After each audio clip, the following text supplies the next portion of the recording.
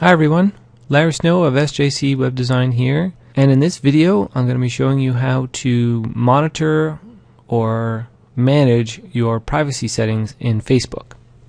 So let's get started. The first thing you need to do is click on the white down arrow on the upper right side of Facebook. Next, click Privacy Settings.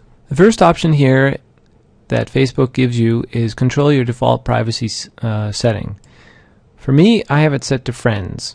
For you, you might have it set to public, or you can even create a custom privacy default setting by clicking on these people or lists, adding in specific people or lists, or you can specify that only I will see my own timeline. You can also put in persons or other lists that you want to keep your timeline away from. So check this setting out first. Like I said, for me, I have it on friends. The next one is how do you connect? Click on Edit Settings, and as you can see with these questions, how can you look up using the email address or phone number you provided? Who can look it up? And I have everyone. Now that is because I'm running a business and I want people to find me via email or phone number. For you, you might want to have friends of friends or friends.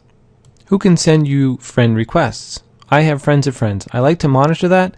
For me, that seems to work like a recommendation or a check. So if I get a friend request from a friend of a friend, I can go to my friend. Follow me now. I can go to my friend and I can say, how well do you know this person? And is this person okay for me to be friends with, or what's their story, or what's the relationship between you guys? Not to be like really getting in on the privacy and stuff, but just to make sure that they are okay to be part of my friends. So I use it as a recommendation and or just a check so I can verify that person, what kind of person that is. The next one down, who can send you Facebook messages? I only have friends. You can select friends of friends or everyone. Timeline and tagging. This is a relatively new one since they rolled out the personal timeline last year. So who can post on your timeline? I only have friends. The other option is no one. So I recommend friends, or you could say no one. I don't want anyone to post on my timeline. But again, I'm running a business, so I want friends to be, and I would hope that since you're on Facebook, you want friends to be engaged with you and posting stuff on your timeline. If not, just select no one. Who can see what others post on your timeline? Again, I have friends of friends. You can make it public if you'd like. Again, I like to have that check, that recommendation in there, and I'd rather have my information go out through friends of friends. That way I'm kind of controlling the audience and who sees what. Who can see posts that appear on your timeline because you've been tagged? Right now I have it on friends. Again, you could do public, friends of friends, custom. Well, the next two are related to tagging. If you want to review a post, friends tag you in before they appear on your timeline, that might be a good option for you. You can certainly turn that on so that you can go in and you can say, well, I'll approve this post and I don't want to be tagged in this post and that type of thing. But for me, I have it off. But it's a good feature to have. And like with all of these features that Facebook has, they might be adding things, they might be deleting things, so it's always good to check your privacy settings at least, I recommend at least once a month. Because with all the changes on Facebook, you don't know what's being changed to default setting, what's being changed, or what's being removed. So always check your privacy settings at least once a month. The next big one here is apps and websites. Click on Edit Settings. Now here is a list of all the apps that you use. Right now I am currently using 26 apps, games, and websites, and these are the ones that I've used most recently. Now you have the option here to turn off all apps. I don't recommend that because some of these, as you'll see, that the ones that I have are related to business items or other functions that I use for business. So if I recommend you click on Remove Unwanted or Spammy Apps, and if you click on remove or you click on edit settings, it's the same page. I just started Draw Something. I was listening to a podcast the other night, the Tech Monks, and we got to going in on this game, so I thought I'd try it out since it's all the rage right now. But I can go into edit settings, and it says it's requiring of me to access my basic information and send me an email, which is fine. But then there's something here called access my data anytime, and I have the option to remove that requirement or remove that feature, and I can do that. I just click on remove and it's gone.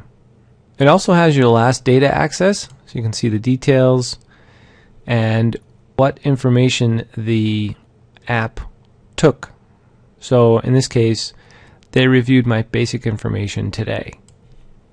So that's something to be aware of. But this is a very good way to manage how these apps interact with your Facebook profile. And I would recommend that you go through each of your app settings. Obviously, I have 26 here. I'd probably go through the ones that I haven't used in a while, such as survey or Engadget comments. I'd go into edit, and the only thing they require of me is my basic information, which is fine. So if I want to continue to use this app, that is required of me. If I'm not comfortable with that, I just click on remove app.